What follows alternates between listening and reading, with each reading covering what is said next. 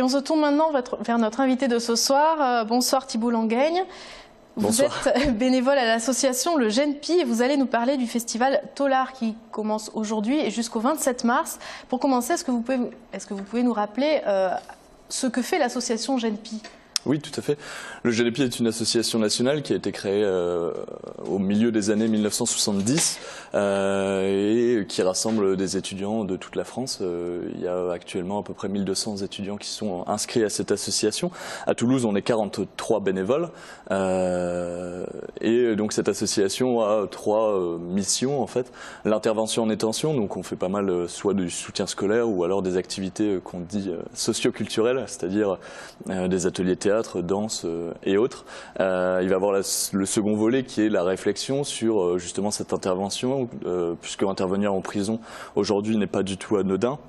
C'est quelque chose qui a amené à la réflexion et on essaye de le faire tous les jours. Et il y a également cette mission d'information et de sensibilisation du public.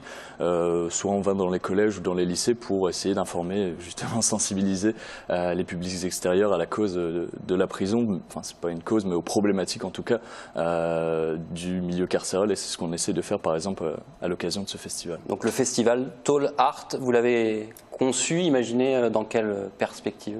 Oui, tout à fait. C'est un festival qui a été imaginé par les bénévoles de Toulouse il y a en 2005 en fait. Donc cette année on fête la 10e édition de celui-ci. Et donc voilà, c'est un festival qui a pour objectif, comme je le disais, d'informer, de sensibiliser, de faire parler en fait tout simplement de ce thème de la prison dont on en parle évidemment beaucoup aujourd'hui, mais dont de temps en temps les préjugés sont légion quand on évoque le sujet. On y verra quoi dans ce festival? Oui, tout à fait, il y a pas mal d'événements. Il y a notamment une exposition au Mirail qui va commencer en fait au début du mois d'avril, qui est par contre à l'université Paul Sabatier, où on pourra voir par exemple les photos qui ont été prises par un photographe mandaté par le contrôleur général des lieux de privation de liberté, qui a fait ce reportage en fait au Baumette et qui a fait un peu scandale à la fin de l'année 2012. Alors pourquoi scandale ? Puisque c'était des photos qui montraient en fait la très grande même insalubrité des lieux. On y voyait des cellules, même des endroits pour se laver complètement d'un autre âge en fait, et ça avait fait pas mal polémique. Est-ce qu'on ne peut pas vous reprocher à travers ce festival de vouloir attirer une certaine compassion à l'égard des détenus ? Oui, tout à fait. Bon, c'est un peu les reproches qui nous sont souvent adressés, en fait, mais bon, auxquels on essaye de répondre, en tout cas, qu'on n'est pas là pour prendre un parti, ou on n'est pas dans le manichéisme entre les bons détenus et les mauvaises victimes. De toute façon, ça n'a pas du tout lieu d'être. Les associations de victimes font un travail énorme également. Nous, notre association a un autre but, voilà, qu'on essaye de défendre. Mais... Vous parliez des préjugés sur les conditions carcérales et sur le milieu de la prison. Justement, quels sont-ils? Quels sont les plus gros préjugés auxquels vous êtes confrontés? Oui, bah souvent quand on évoque ces questions, de temps en temps on rencontre les termes de prison 4 étoiles ou autres. Bon, bah, ceux qui nous formulent ce reproche, j'ai souvent envie de répondre, de voir en fait les chiffres qui sont aberrants. Par exemple, on s'y suicide 7 fois plus que dans le reste de la population. Il y a à peu près un suicide tous les 3 jours en prison.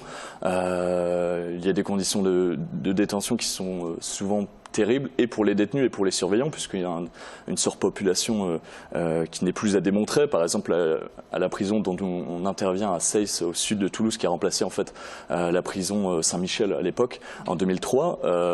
Elle a été construite pour 596 détenus, et il y en a, depuis sa création, à peu près toujours 800, et même de temps en temps plus. Donc évidemment, ça crée des tensions, et l'ensemble fait que la prison ne sera jamais un palace, et bon...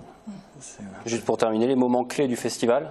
Oui, tout à fait. Alors on peut, le festival, ça se déroule dans pas mal d'endroits à Toulouse. Il y a notamment un concert au bar L'Évasion, qui est justement en face de la prison Saint-Michel, qui a un nom assez particulier, donc ça nous a intéressés. Donc on va faire un concert et en même temps un petit quiz à côté. Et donc ça va être le vendredi 21 mars. Et sinon, par exemple, dans les autres événements, le dimanche 23, donc le dimanche des élections, vous pourrez, après avoir voté, profiter de la kermesse carcérale au jardin du Grand Rond à Toulouse, où il va y avoir pas mal d'animations artistiques et culturelles autour du thème de la prison. Très bien, merci beaucoup Thibault Langaigne. Alors le festival Tollard, c'est jusqu'au 27 mars prochain aux 4 coins de la ville.